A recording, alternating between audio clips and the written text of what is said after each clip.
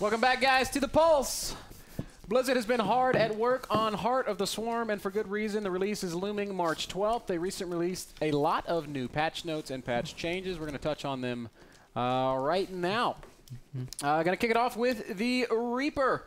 No longer requiring a tech lab. That means, yes, you can reactor your Reapers. Along with that, movement speed has been increased, but it's not all good for the Reaper's small damage nerfs, as well as the removal of battlefield awareness means you can no longer see up cliffs before you dive into the action. Andre, I know you've been playing a lot of Heart of the Swarm. I want to hear your thoughts on the Reaper. How does it affect the matchups? Okay, here's the thing. The Reapers were completely useless. I'm sorry, Ben. Dude, Reaper expand. Now he's going to double Reaper expand. The best build. People were doing Reaper expand. They're still doing Reaper expand in GSL. And you know what, Ben? It's Don't even talk to me right now. It's still awful. So you're out of the Ohana. In Wings of Liberty, okay? Reapers just we didn't see much of them.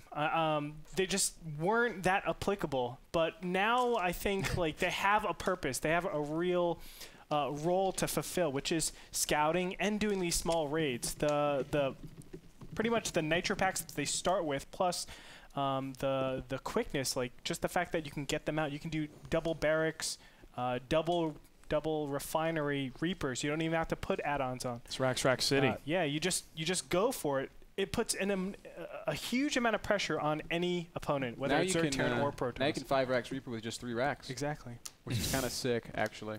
Yeah. Is it going to come back in the other matchups? Do you think it's only going to be seen in TVT? TVT, it's definitely going to be seen. I think it's one of the strongest ways to open currently. I think Widow Mines are going to be altered a little bit later down the line. That's a good counter to Reapers in the current stage. TVZ, I'm not sure. TVP, I'm not sure. But I've been fiddling around with it. It's definitely a little bit harder in those matchups, but we'll see. What about the damage nerf? What are the implications there? Definitely, I mean, you're not going to kill a lot of probes or Zerglings even now, but what it really comes down to, it's going to catch your opponent out of position. So it's a positional thing. It's I'm going to keep you in your base or else. So let's say Terran player 1-1-1s, and I have a Reaper, or 6 Reapers out in the field. I can let them push, knowing that I'm going to kill a lot of their SCVs or their mules or whatever. I'm going to get in there and do a lot of damage and be back in time for my opponent when they actually strike. Hellbat also undergoing a few changes. This is awesome. Have you guys played with this? I know Clutch has. Yeah, if you play, I mean, Bio plus Hellbats were insane already, but look at how much damage they do now. Okay, I thought this was a nerf. I was like, oh, Zerglings are going to be great against them now. Because of the cone. Okay, so let's talk. The change officially changes. The cone was reduced drastically. Yes. The damage was increased drastically. Here's the new conal attack. Watch this, okay? I mean, they have range, so the first Zergling is only attack. This is clutch micro, by the way, guys. Look at the control. Yes. Andre's like, man. He's running out of the screen. Andre's like, go ahead and attack me, bro. I didn't trust him at first, but I just tested the water. Coming in. But just think, that cone is supposed to be 150% greater. That's how the previous patch was. So I was like, oh yeah, this is a big nerf. Back then the Hellbats still 2-shotted all Zerglings. I thought Zerglings are going to be great. Nope. No. I mean, the video that you saw before, you had 117 Zerglings against 20 Hellbats, and 3 died. And just like any barbecue, you want to roast evenly, which is what we saw. But it's ridiculous. The Hellbat also feels that it just stays alive a lot longer, which is nice. Oh, it does. It has more HP. Yeah, exactly. Normally when you have the numbers show it, but even feeling with that many Zerglings, with that many Zerglings coming at me, it's like they're dead. They're not going to make it, and with them able to hold, only 3 die. I've been going double reactor factory in all of my TVZs, and they're like, "Oh, I'm going to do my 8-minute roach all in," and it's like I just transform all my. Now your Hellbats do more damage than a roach. Yeah, basically. With the splash, definitely. It's awesome. So you just can't really do it's super hard to deal with. Like I played a couple of ZVTs the other day. Standard Marine Hellion push, but now all these Hellions can turn into Hellbats, and it is very, very difficult to hold. 10, 12 Marines, 2 medevacs, and some Hellbats. Can Hellbats still be? Yeah, they can still No, be healed by yeah, medevacs. They can be healed by SCVs and medevacs. So you can actually load up 3 Hellions and 2 SCVs, and they'll repair them inside the medevac, and then when you drop them, they'll be full health, and the medevac will be healing it as it is as well. But medevacs don't heal Hellions. It only heals them when they're in Hellbat mode. Well, I think we can all agree that that's ridiculous. Yeah. Please change it back. I don't know. Or what? Zerg honestly, will win? I don't know what's going to happen with that. I know the intentions. David Kim, I think, posted it where he said it's going to help Protoss, the TVP, actually. But I think that's silly because if I'm ever meching in TVP, Hellions are good for raiding, but at endgame, it's just Thors, Siege Tanks, and Vikings, and Ghosts, of course. That's the only composition I want. You're not going to include Hellbats just because of the sheer amount of damage the other units can do. So I feel like it's kind of a misplaced change.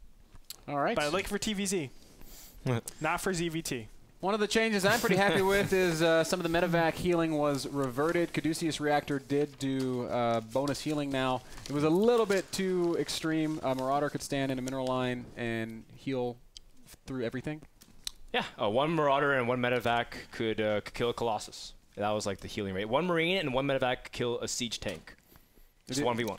Neither of those statistics surprised me. It sounds about like Wings of Liberty to me. But now think if the Hellbat was in the current state with the medevac and SCVs. You'd be repairing about 40 HP per second. Awesome. Raven also undergoing some changes. They took away the single target nuke that Secret Missile became, gave it back its splash damage, lowered the energy cost, but it still keeps the 5-second delay before actually it was a 3-second delay. That's up to 5-second delay. So Ravens now kind of function kind of like High Templar. What do you guys think? I just love that now they turn red. They're like KO Ken, man. It's just things are powering up. And, but, I mean, the Raven, I feel like the timer on it is still really long. 5 seconds is pretty significant. You really can't hit anything except really big, slow targets, which I know is the goal anyways. But, I mean, it limits the use. It's specifically saying the Secret Missile can only be used in this regard.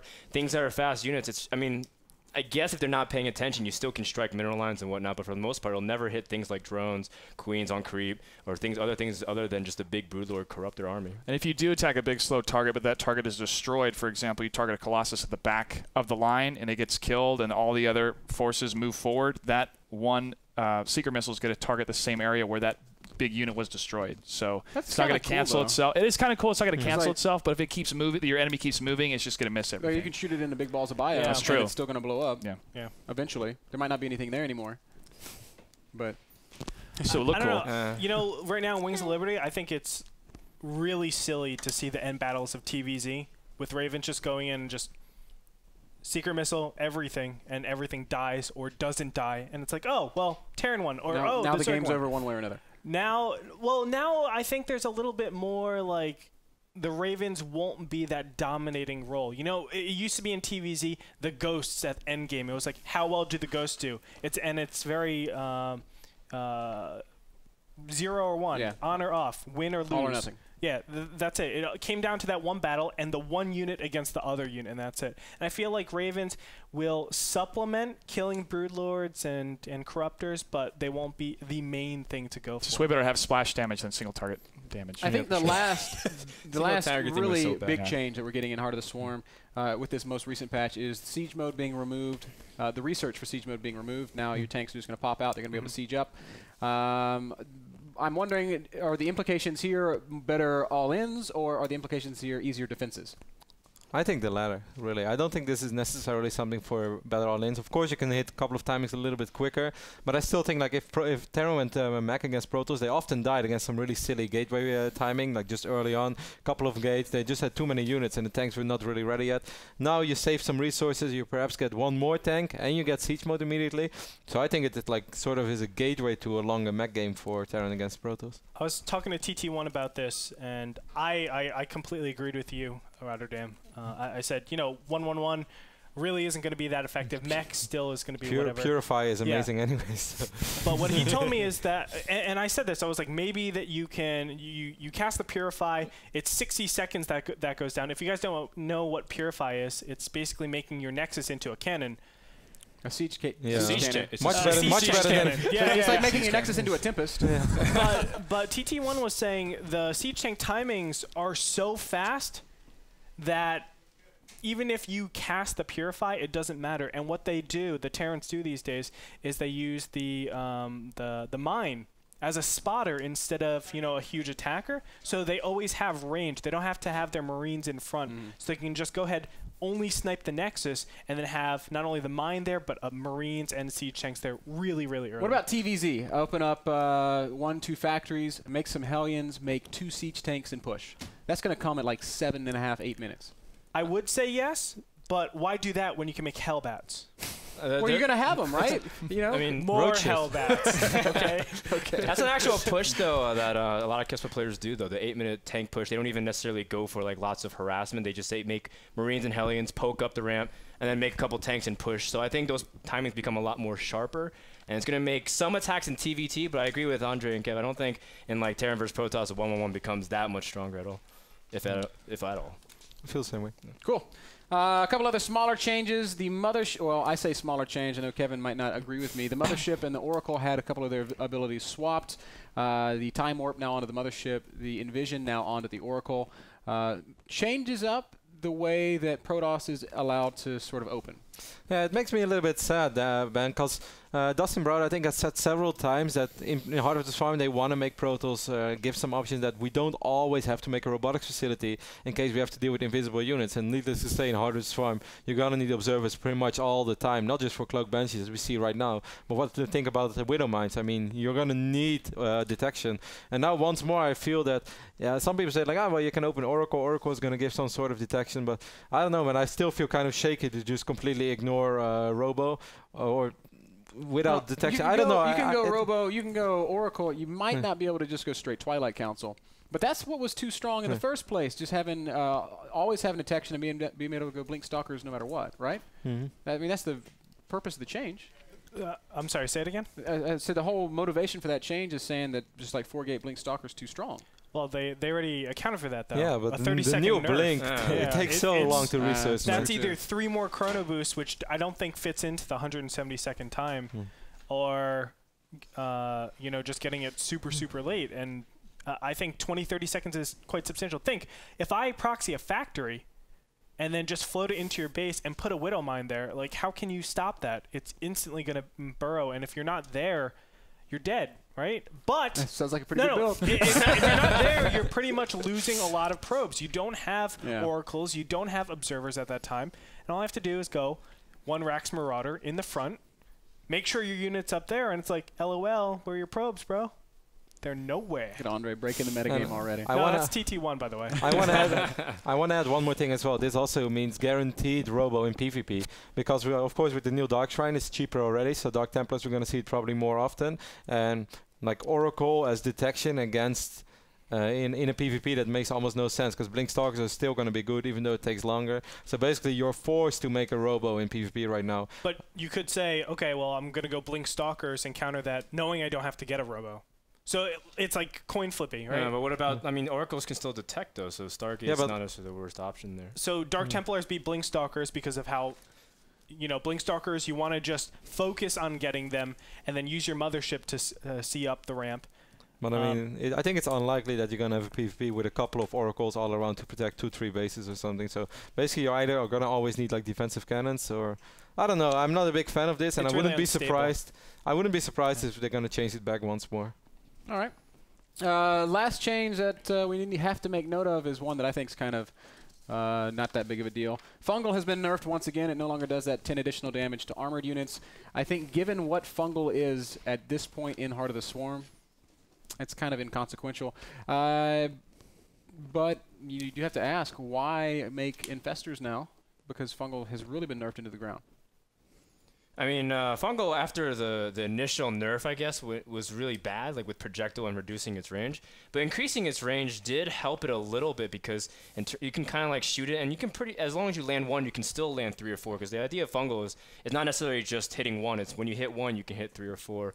Now I think with the damage, it doesn't really matter too much because again, Fungal, as long as you have like the units supplanting it, like Broodlords, or you even have like Ultralisk coming in with Baneling, especially since Ultras now have insane damage. I think Fungal is still in a pretty good spot. I think that with all the other tools that Zerg has, especially with late game options with Vipers and stuff, I think Fungal could be such a sick combination. If you Fungal, Blinding Cloud, get Zerglings around so they can't escape the cloud, it'd be absolutely insane. I'm really excited to see the late game spellcaster interactions for Zerg. I love the way Hive Tech Zerg feels in Heart of the Swarm because you have options, and options is something that we haven't really had in Wings of Liberty, and I kind of hate to say that, but really the Wings of Liberty metagame has stagnated pretty hard. Yeah, it gives you like more trees to go to. Even as a Terran player, at first I was thinking I'm going to switch to Zerg because it seems Zerg has more options than Heart of the Swarm, but once I made Terran changes, it's like, nah, I'm going to stick with Terran because it feels fun to play again, which is important. It doesn't Zerg stagnate. is heavily underpowered, though, I think, in this. Well, let's talk about that because I wanted to team. hit on the metagame right now. What do you think about the state of Heart of the Swarm? I think Protoss versus Zerg is completely flipped around.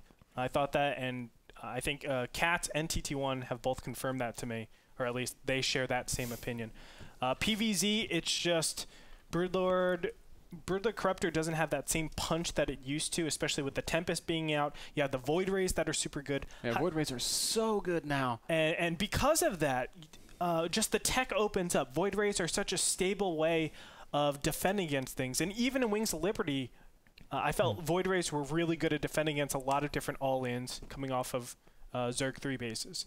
But now it's like, because the Void Rays are extra good, I can tech up to High Templars really safe and incorporate that in my army.